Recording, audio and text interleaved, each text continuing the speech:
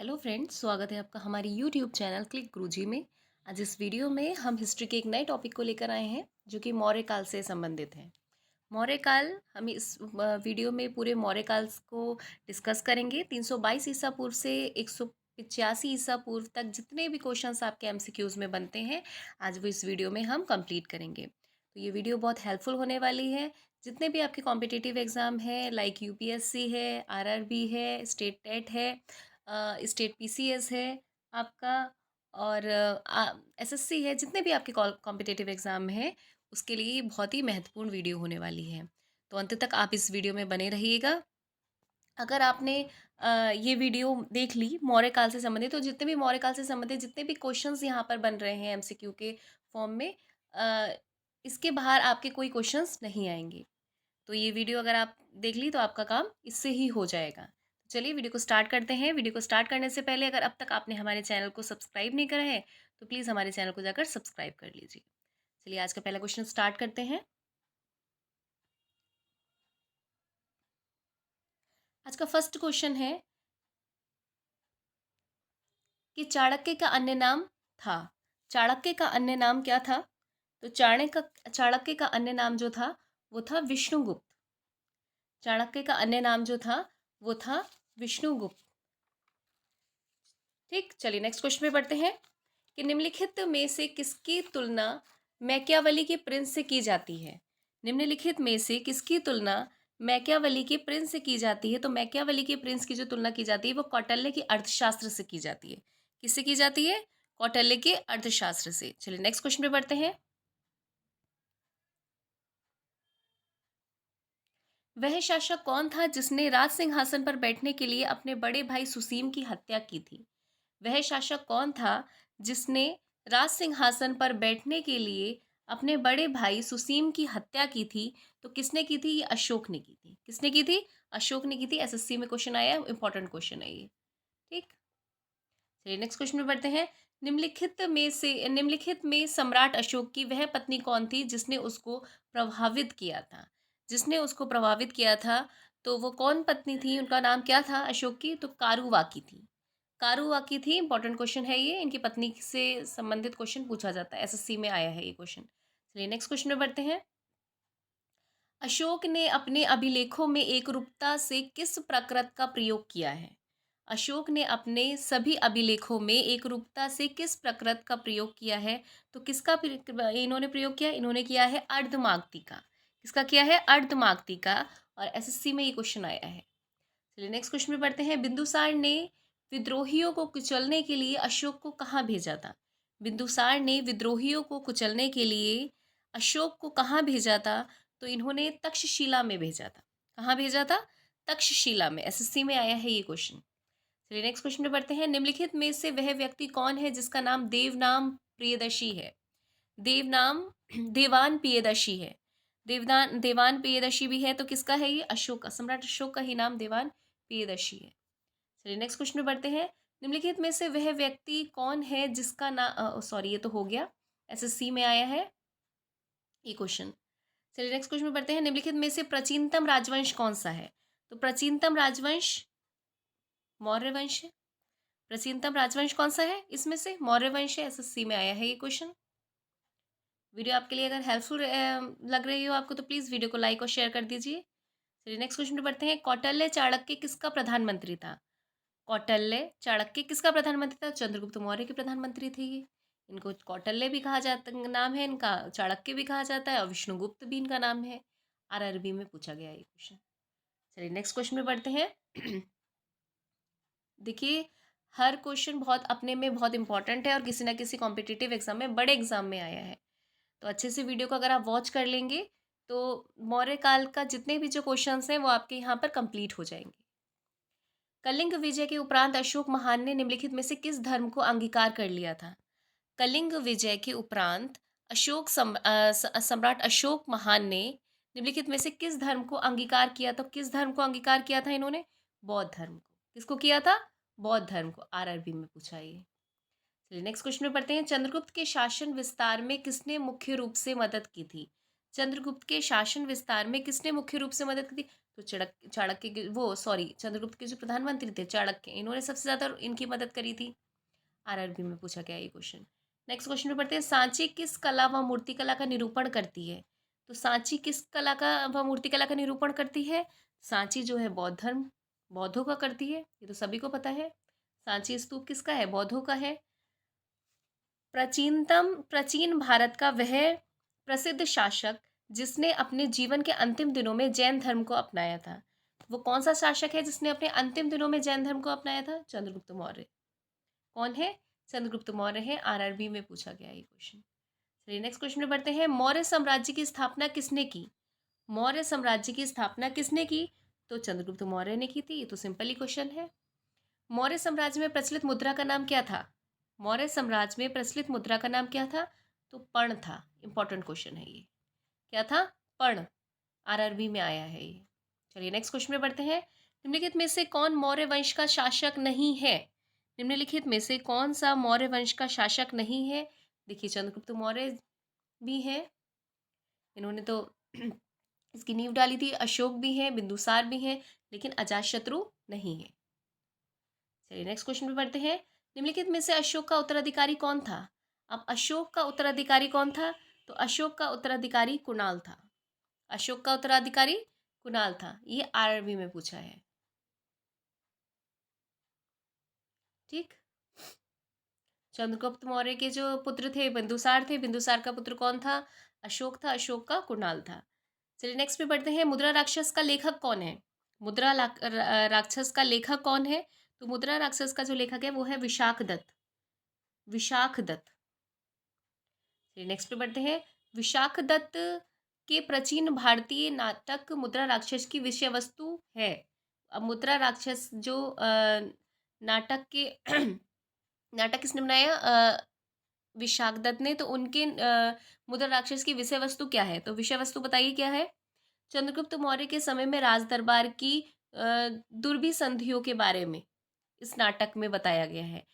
चंद्रगुप्त मौर्य के समय में राज दरबार की जो दुर्भी संधियों के बारे में इस मुद्रा राक्षस की विषय वस्तु है। चलिए नेक्स्ट पे बढ़ते हैं, मालवा गुजरात एवं महाराष्ट्र किस शासक ने पहली बार जीता? मालवा गुजरात एवं महाराष्ट्र किस शासक ने पहली बार जीता? तो ये किसने जीता? चंद्रगुप्त मौर्य जी ने। चलिए नेक्स्ट पर बढ़ते हैं, किसने सहिष्णुता, उदारता और करुणा के त्रिविध आधार पर राजवंश की स्थापना की? तो किसने की है? किसने सहिष्णुता, उदारता और करुणा के त्रिविध आधार पर राजवंश की स्थापना की है? तो किसने की है बताइए? सम्राट अशोक ने की है। चलिए नेक्स्ट पे बढ़ते हैं, निम्नलिखित किस शहर में अशोक के शिलालेख नहीं है? अब बताइए किस में अशोक के शिलालेख नहीं है? तो देखिए गिरनार में भी है, कंधार में भी है और टोपरा में भी है, लेकिन पाटलिपुत्र में नहीं है। कहाँ नहीं है? पाटलिपुत्र में नहीं है। एनडीए में आया ये क्वेश्चन। गिरनार में भी है, कंधार में भी है, टोपरा में भी है, लेकिन पाटलिपुत्र में नहीं है इनके शिलालेख। चलिए नेक्स्ट क्वेश्चन में बढ़ते हैं, अर्थशास्त्र का लेखक समकालीन था। अर्थशास्त्र का लेखक किसका समकालीन था? तो अर्थशास्त्र का जो लेखक था वो चंद्रगुप्त का समकालीन था। ठीक। एएओ में आया है ये। चलिए नेक्स्ट क्वेश्चन में बढ़ते हैं, नंद वंश के पश्चात मगध पर किस राजवंश ने शासन किया था? नंद वंश के पश्चात किस राजवंश ने शासन किया था? तो मौर्य वंश ने किया था। एसएससी में क्वेश्चन आया है ये। मौर्य काल में शिक्षा का सर्वाधिक प्रसिद्ध केंद्र कौन सा था? तो मौर्य काल में शिक्षा का सर्वाधिक प्रसिद्ध केंद्र कौन सा था बताइए? तक्षशिला था। तक्षशिला था। बीपीएससी में ये क्वेश्चन आया है। मेगास्थनीज की पुस्तक का नाम क्या था? मेगास्थनीज की पुस्तक का नाम क्या था? तो मेगास्थनीज की जो पुस्तक थी उसका नाम था इंडिका। मेगास्थनीज की पुस्तक का नाम क्या था? इंडिका। देखिए बीपीएससी में आया है। चलिए नेक्स्ट पे बढ़ते हैं, जिसके ग्रंथ में चंद्रगुप्त मौर्य का विशिष्ट रूप से वर्णन हुआ है वह है, जिसके ग्रंथ में चंद्रगुप्त मौर्य का विशिष्ट रूप से वर्णन हुआ है वह है, कौन है बताइए? विशाख दत्त। कौन है? विशाख दत्त। विशाख दत्त के ग्रंथ में चंद्रगुप्त मौर्य का विशिष्ट रूप से वर्णन हुआ है। बीपीएससी में पूछा गया है क्वेश्चन। सारे क्वेश्चन ही बहुत इंपॉर्टेंट हैं। अगर आपका मौर्य काल जो है आपका वंश टॉपिक आपका क्लियर है तो बताइए कितने क्वेश्चंस आपके यहाँ ठीक हो रहे हैं, कमेंट सेक्शन में कमेंट करके बताइए। और जिसको नहीं पता है, जिसका टॉपिक क्लियर नहीं है, वो यहाँ पर अच्छे से टॉपिक क्लियर करे। वह स्रोत जिसमें पाटलिपुत्र के प्रशासन का वर्णन उपलब्ध है, वह कौन सा है? बताइए। वह स्रोत जिसमें पाटलिपुत्र के प्रशासन का वर्णन उपलब्ध है, वह है इंडिका। ठीक है, इंडिका में पाटलिपुत्र के प्रशासन का वर्णन उपलब्ध है। नेक्स्ट क्वेश्चन पे बढ़ते हैं। अशोक के शिलालेखों में प्रयुक्त भाषा कौन सी है? तो अशोक के शिलालेख में जो प्रयुक्त भाषा है वो प्राकृत है। बीपीएससी में ये क्वेश्चन आया है। नेक्स्ट पे बढ़ते हैं। निम्नलिखित में से किस मौर्य राजा ने दक्कन की विजय प्राप्त की है? अब दक्कन की विजय किस राजा ने प्राप्त की है? तो ये चंद्रगुप्त ने की है। चंद्रगुप्त मौर्य जी ने की है। नेक्स्ट क्वेश्चन में पढ़ते हैं। मैगस्थनीज ने भारतीय समाज को कितनी श्रेणियों में विभाजित किया? तो मैगस्थनीज ने भारत को 7 श्रेणियों में विभाजित किया था। कितनी श्रेणियों में विभाजित किया था? 7 श्रेणियों में विभाजित किया था।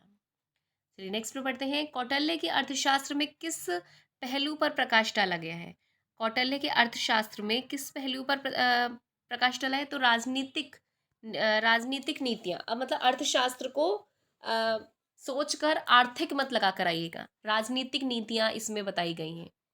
बीपीएससी और एसएससी में क्वेश्चन पूछा है, इंपॉर्टेंट क्वेश्चन है ये। चलिए नेक्स्ट पर बढ़ते हैं। निम्न में से कौन सा क्षेत्र अशोक के साम्राज्य में सम्मिलित नहीं था? तो कौन सा ऐसा क्षेत्र था जो अशोक के साम्राज्य में सम्मिलित नहीं था? बताइए। तो ये श्रीलंका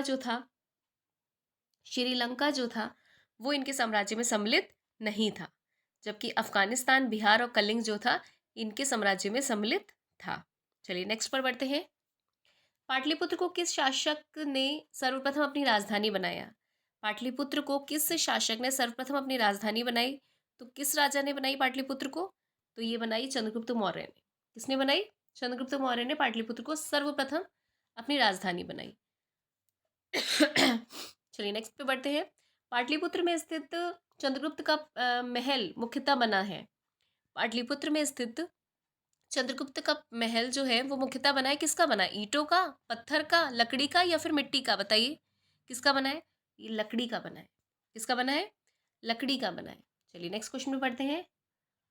बराबर जहानाबाद जिला की गुफाओं का उपयोग किसने आश्रय गृह के रूप में किया? बराबर जहानाबाद जिला है कि गुफाओं का उपयोग किसने आश्रय काल गृह के रूप में किया? तो किसने किया बताइए? आजीविकों ने, थारुओं ने, जैनों ने या तंत्रिकों ने? बताइए किसने किया? तो किया है ये आजीविकों ने। चलिए नेक्स्ट पर बढ़ते हैं। किस अभिलेख से ये साबित होता है कि चंद्रगुप्त का प्रभाव पश्चिम तक फैला हुआ था? किस अभिलेख से ये साबित होता है कि चंद्रगुप्त का प्रभाव पश्चिम तक फैला हुआ था? तो किस अभिलेख से पता चलता है ये? तो ये आपको पता चलता है रुद्रदमन का जूनागढ़ अभिलेख से। रुद्रदमन का जूनागढ़ अभिलेख से पता चलता है। चलिए नेक्स्ट पर पढ़ते हैं।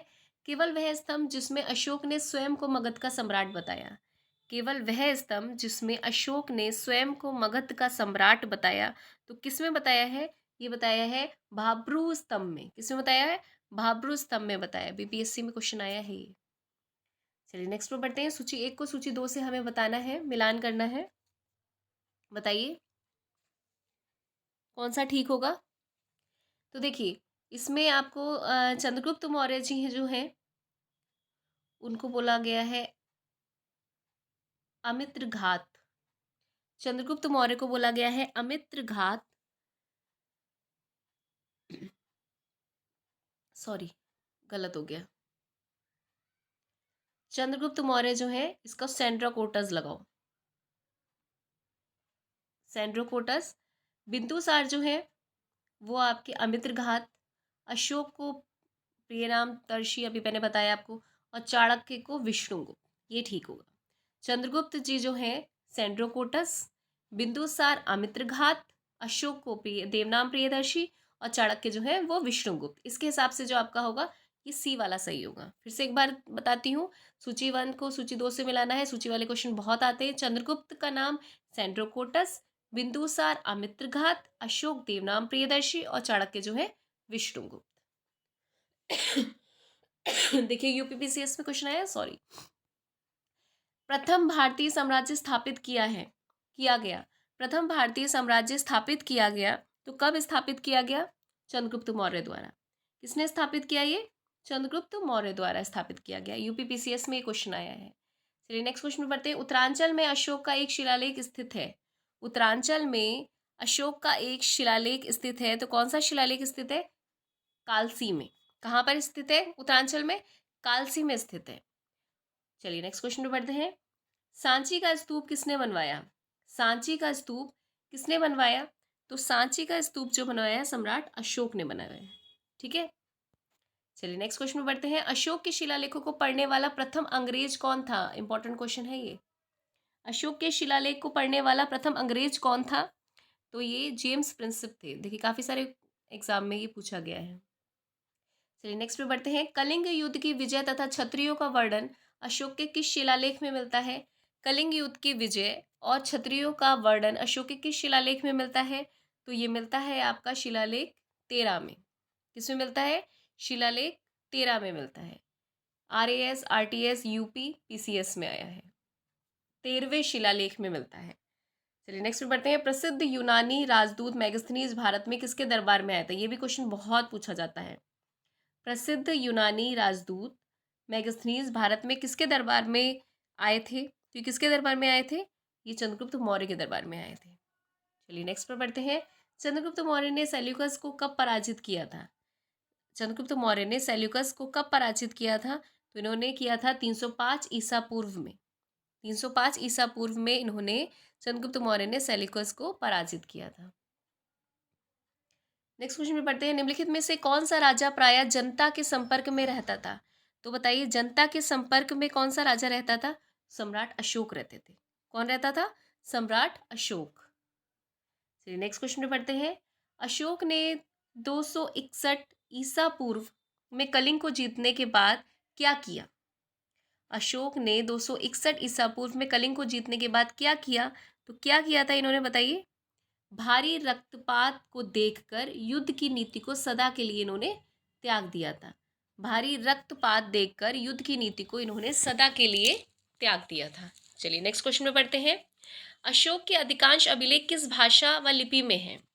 अशोक के अधिकांश जो अभिलेख हैं वो किस भाषा व लिपि में हैं? तो इनके प्रकृत भाषा और ब्राह्मी लिपि में है।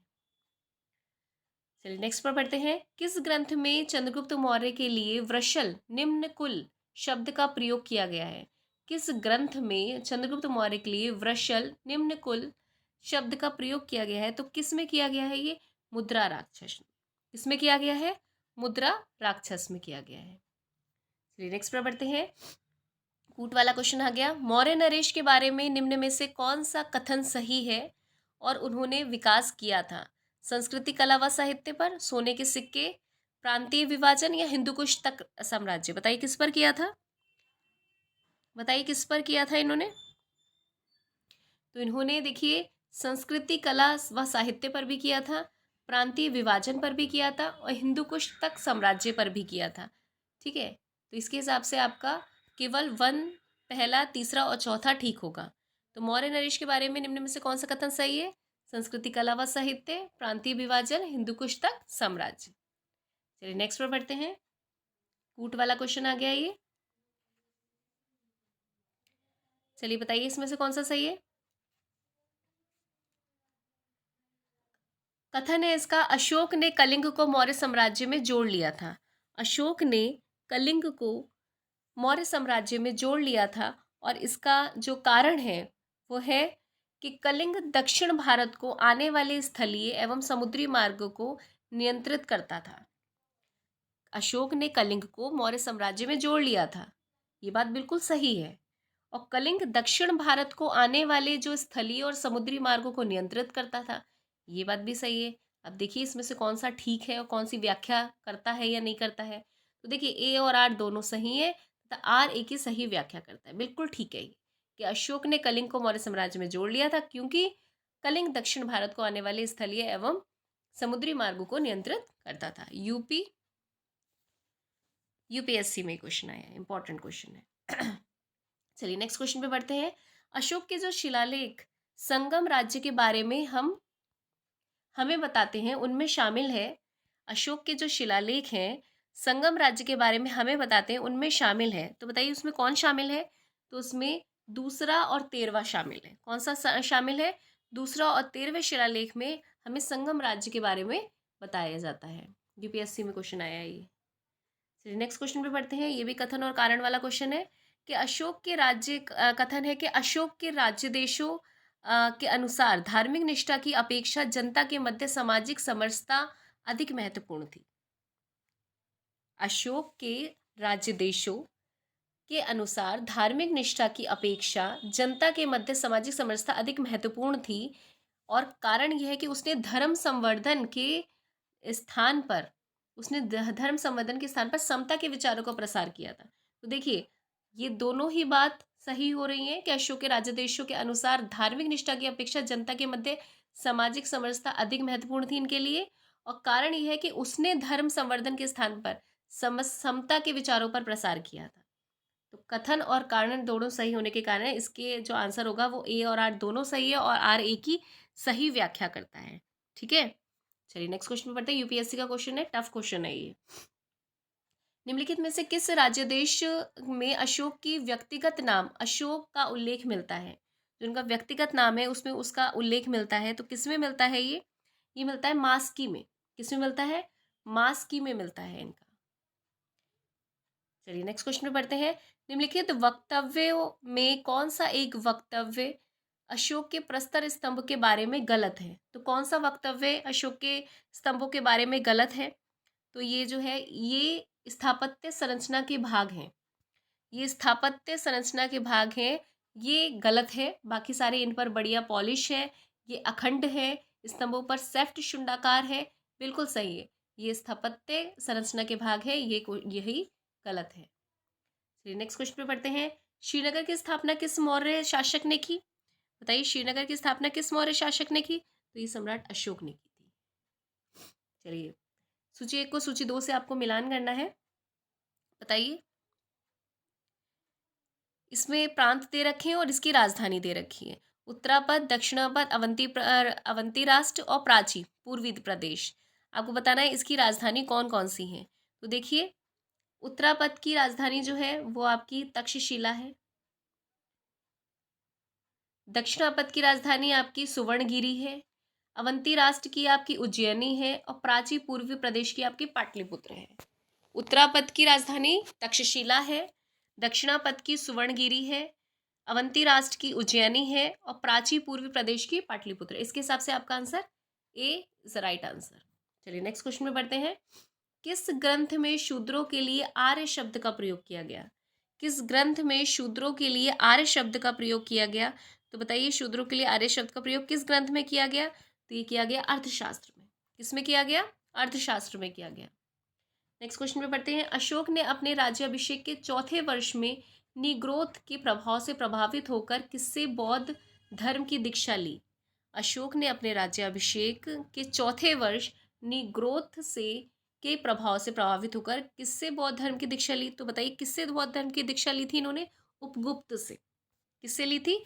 उपगुप्त से ली थी। इंपॉर्टेंट क्वेश्चन है ये, याद रखिएगा नाम। किसने पाटलिपुत्र को पॉलीब्रोथा कहा? किसने पाटलिपुत्र को पॉलीब्रोथा कहा? तो किसने कहा ये कहा है मेगास्थनीज ने। किसने कहा है? मेगास्थनीज ने कहा है। सारे क्वेश्चन बहुत इंपॉर्टेंट हैं, अच्छे से वॉच करिए वीडियो, पूरी वीडियो को वॉच करिए। मौर्य काल में एग्रोनोमाई किसे कहा जाता था? मौर्य काल में एग्रोनोमाई किसे कहा जाता था? किसे कहा जाता था बताइए? ये कहा जाता था सड़क निर्माण के अधिकारी को। किसको कहा जाता था? सड़क निर्माण के अधिकारी को एग्रोनोमाई कहा जाता था मौर्य काल में। चलिए नेक्स्ट क्वेश्चन में बढ़ते हैं। मौर्य काल में गुप्तचरों को क्या कहा जाता है? मौर्य काल में गुप्तचरों को क्या कहा जाता था? तो मौर्य काल में जो गुप्तचर थे उनको कहा जाता था गूढ़ पुरुष। Most important question.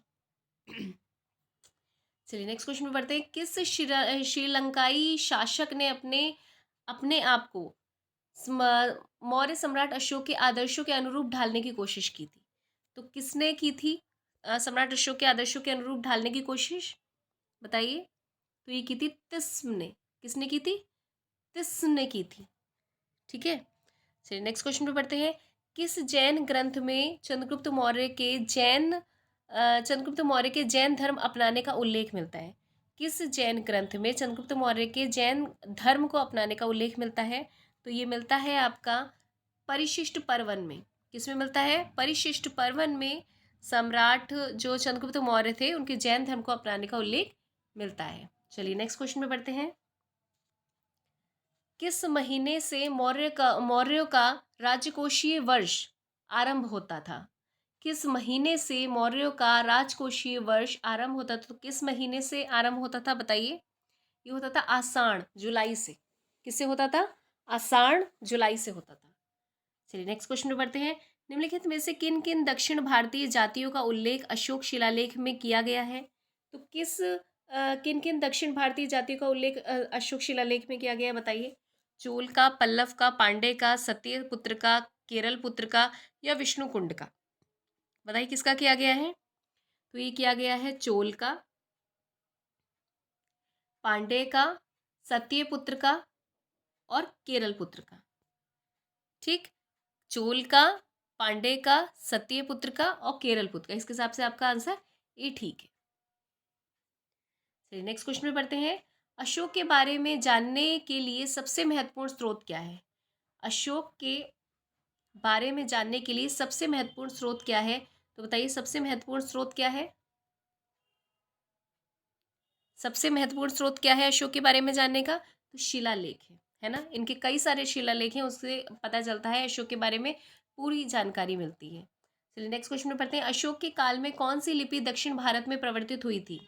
अशोक के काल में कौन सी लिपि दक्षिण भारत में प्रवर्तित हुई थी? तो कौन सी लिपि हुई थी परिवर्तित? तो ये हुई थी ब्राह्मी लिपि। कौन सी लिपि हुई थी? ब्राह्मी लिपि हुई थी। चलिए नेक्स्ट क्वेश्चन में पढ़ते हैं।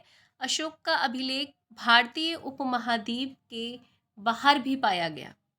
अशोक का अभिलेख भारतीय उपमहाद्वीप के बाहर भी पाया गया। निम्नलिखित में से किस देश में ये पाया गया है? तो ये पाया गया है अफगानिस्तान में। कहाँ पाया गया है? अफगानिस्तान में। चलिए नेक्स्ट क्वेश्चन में पढ़ते हैं। अत्यंत पॉलिश किए गए एकाश्म अशोक स्तंभ जिसमें पांडुरंजित बालुकाश्म के एकल टुकड़ों में तक्षित किए गए उसे साधारणतः कहाँ की खदानों से निकाला गया है? अत्यंत पॉलिश किए गए एकाश्म अशोक स्तंभ जिस पांडुरंजित बालुकाश्म के एकल टुकड़ों के तक्षित किए गए हैं उसे साधारणतः कहाँ की खदानों से लाया गया? इन्हें कहाँ की खदानों से लाया गया बताइए? ये मिर्ज़ापुर के समीप चुनार की खदानों से लाया गया।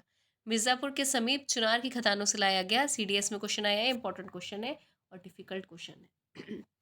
चलिए नेक्स्ट क्वेश्चन में बढ़ते हैं। भारतीय लिखने की कला नहीं जानते, ये किसकी उक्ति है? भारतीय लिखने की कला नहीं जानते, ये किसने कहा है? किसकी उक्ति है ये? ये है मेगास्थनीज की। किसकी है ये? मेगास्थनीज की। चलिए नेक्स्ट क्वेश्चन में बढ़ते हैं। किस मौर्य सम्राट ने एक विदेशी राजा सीरिया के एंटियोकस फर्स्ट से अंजीर, शराब और दार्शनिक को भारत भेजने का आग्रह किया था? तो अंजीर, शराब और दार्शनिक को भारत भेजने का आग्रह किससे किया था?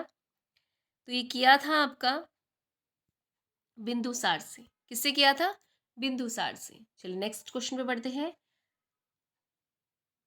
अशोक द्वारा कलिंग पर चढ़ाई की जानकारी के लिए कौन सबसे महत्वपूर्ण स्रोत है?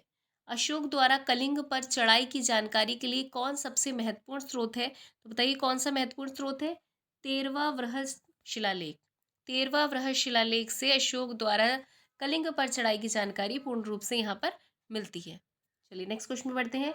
बिंदुसार की मृत्यु के समय अशोक किस प्रांत का गवर्नर था? जब बिंदुसार की मृत्यु हुई उस समय अशोक किस प्रांत का गवर्नर था? तो बताइए किस प्रांत का गवर्नर था ये उज्जैन का गवर्नर था। सम्राट अशोक उज्जैन का गवर्नर था। चलिए नेक्स्ट क्वेश्चन में बढ़ते हैं। किस शिलालेख में अशोक सॉरी किस शिलालेख में अशोक ने घोषणा की है कि सारी प्रजा मेरी संतान है? किस शिलालेख में अशोक ने घोषणा की है कि सारी प्रजा मेरी संतान है? तो ये किसमें की है? ये की है पृथक कलिंग शिलालेख में। किसमें की है? पृथक कलिंग शिलालेख में की है। चलिए नेक्स्ट पर बढ़ते हैं। कौन सी घोषणा युद्ध और हिंसा के प्रति अशोक के आंतरिक दुख को स्पष्ट करता है? कौन सी घोषणा युद्ध और हिंसा के प्रति अशोक के आंतरिक दुखों को स्पष्ट करता है? तो कौन सा करता है बताइए? तो ये करता है कलिंग का पृथक शिलालेख। क्या करता है? कलिंग का पृथक शिलालेख। चलिए नेक्स्ट क्वेश्चन पे बढ़ते हैं। किस शिलालेख में अशोक की ये घोषणा अंकित है कि किसी भी समय, चाहे मैं खाता रहूं या रानी के साथ विश्राम करता रहूं या मैं अपने अंत्यशाला में रहूं, मैं जहां भी रहूं, मेरी महामते मुझे सार्वजनिक कार्यों के लिए संपर्क करते हैं। तो बताइए किस शिलालेख में ये कहा गया है? दूसरे शिलालेख में, चौथे शिलालेख में, पांचवें शिलालेख में या छठे शिलालेख में? तो किस शिलालेख में ये बात कही गई है? तो ये कही गई है आपकी, ये कही गई है आपके छठे शिलालेख में। किस में कही गई है ये बात? ये कही गई है छठे शिलालेख में। फिर से एक बार पढ़ती हूँ ये क्वेश्चन। किस शिलालेख में अशोक की एक घोषणा अंकित है कि किसी भी समय, चाहे मैं खाता रहूं, रानी के साथ विश्राम करता रहूं या मैं अंत्यशाला में रहूं, मैं जहां भी रहूं, मेरी महामते मुझे सार्वजनिक कार्यों के लिए संपर्क कर सकते हैं। मतलब कहीं भी आप, मैं चाहे कितना भी बिजी क्यों ना हूं, लेकिन आप कोई सार्वजनिक कार्यों के लिए आप मुझे संपर्क कर सकते हैं। ये छठे शिलालेख में ये बात इन्होंने कही है। सम्राट अशोक एक बहुत अच्छे राजा थे प्रजा के लिए। निम्नलिखित नेक्स्ट क्वेश्चन में पढ़ते हैं। निम्नलिखित में से कौन अवरोही क्रम में मौर्य प्रशासन के अधिकारियों का काम नाम बताता है? निम्नलिखित में से कौन अवरोही क्रम में मौर्य प्रशासन के अधिकारियों का नाम बताता है? तो बताइए कौन से अधिकारियों का नाम बताता है ये? तो ये बताता है, पहला है प्रादेशिक, फिर राजुक, फिर युक्तक। अवरोही क्रम में आपको बताना है, तो पहले प्रादेशिक है, फिर राजुक है, फिर युक्तक है। ये मौर्य प्रशासन में अवरोही क्रम में है, सबसे बड़े, फिर छोटे, फिर मतलब इनका प्रशासन है अपना अपना। चलिए नेक्स्ट क्वेश्चन पढ़ते हैं। विष्टि है, विष्टि क्या है? अब विष्टि है वैवाहिक अनुष्ठान, बेगारी, प्रांत या फिर जिला। बताइए विष्टि क्या है मौर्य काल में? तो विष्टि है बेगारी, विष्टि है बेगारी। चलिए नेक्स्ट क्वेश्चन में बढ़ते हैं।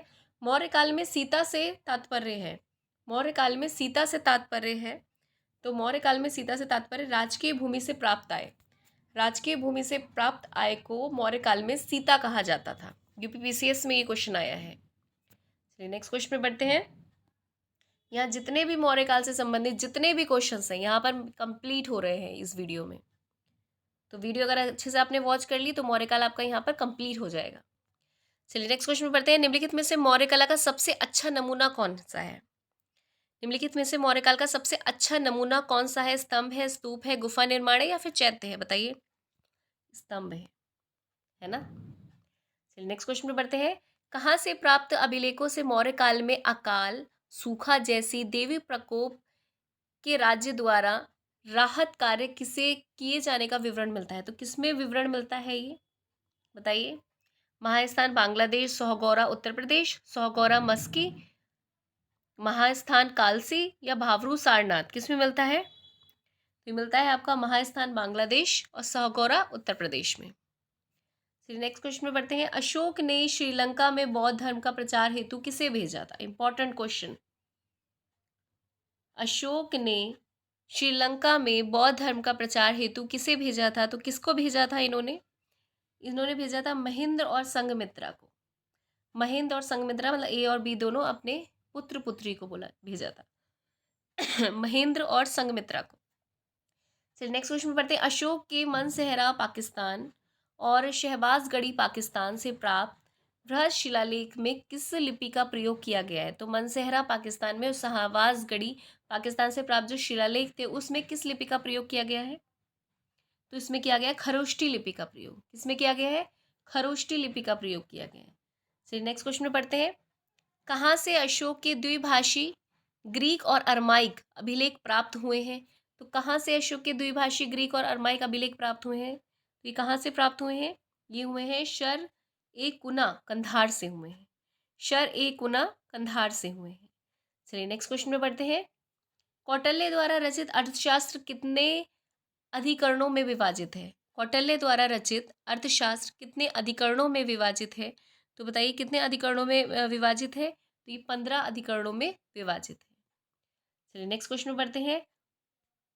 अर्थशास्त्र में उल्लेखित सप्तांग में शामिल थे, अर्थशास्त्र में उल्लेखित सप्तांग में शामिल थे तो कौन कौन से अर्थशास्त्र के सप्तांग में शामिल थे? तो ये शामिल थे राजा, क्षेत्र, प्रशासन एवं कोश। कौन से शामिल थे? राजा, क्षेत्र, प्रशासन एवं कोश। एनडीए में क्वेश्चन आया है ये। चलिए नेक्स्ट क्वेश्चन में बढ़ते हैं। अशोक का समकालीन तुर्मय कहाँ का राजा था? अशोक का समकालीन तुर्मय जो था वो कहाँ का राजा था? तो ये मिस्र का राजा था। कहाँ का राजा था? मिस्र का राजा था। यूपीपीसीएस में क्वेश्चन पूछा गया है ये। किसके शासनकाल में डायमेकस और डीमेकस भारत आया था?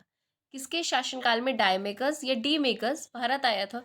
किसके शासनकाल में आया था ये? बिंदुसार। यूपीपीसीएस में क्वेश्चन आया है ये। नेक्स्ट क्वेश्चन पे पढ़ते हैं। निम्नलिखित अभिलेखों में से किसमें अशोक का नामोल्लेख हुआ है? तो किसमें अशोक का नामोल्लेख हुआ है बताइए? तो ये हुआ है गुर्जरा में। किसमें हुआ है? गुर्जरा में हुआ है। यूपीपीसीएस में क्वेश्चन आया है। चलिए नेक्स्ट क्वेश्चन पे पढ़ते हैं। किस बौद्ध मूल ग्रंथ में मौर्य सम्राट अशोक का विवरण शामिल है? किसमें शामिल है बताइए? किस बौद्ध मूल ग्रंथ में मौर्य सम्राट अशोक का विवरण शामिल है? और आज का इस वीडियो का ये लास्ट क्वेश्चन है। बताइए किस बौद्ध मूल ग्रंथ में मौर्य सम्राट अशोक का विवरण शामिल है? तो ये शामिल है महावंश में। किसमें शामिल है? महावंश में अशोक का विवरण, बौद्ध मूल ग्रंथ में अशोक का विवरण शामिल है महावंश में। ठीक है, तो यहाँ पर आपके 92 क्वेश्चंस करवा दिए हैं। जितने भी आपके मौर्य वंश से संबंधित जितने भी क्वेश्चंस थे यहाँ पर कंप्लीट हो गए हैं। आप बताइए, अगर मौर्य वंश आपका ये टॉपिक क्लियर था तो आप बताइए 92 क्वेश्चंस में से आपके कितने क्वेश्चंस यहाँ पर ठीक हो रहे हैं।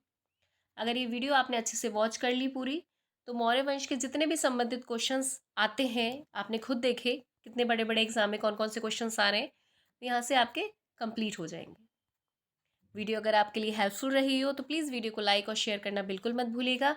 और चैनल पर अगर आप नए हैं तो चैनल को जाकर पहले सब्सक्राइब कर लीजिए, जिससे इसी तरह महत्वपूर्ण वीडियो हम आपके लिए लाते रहें और पूरी जीके जीएस हम आपके लिए आराम से कराते हैं यहाँ पर। चलिए नेक्स्ट वीडियो में मिलते हैं, तब तक के लिए थैंक यू, धन्यवाद।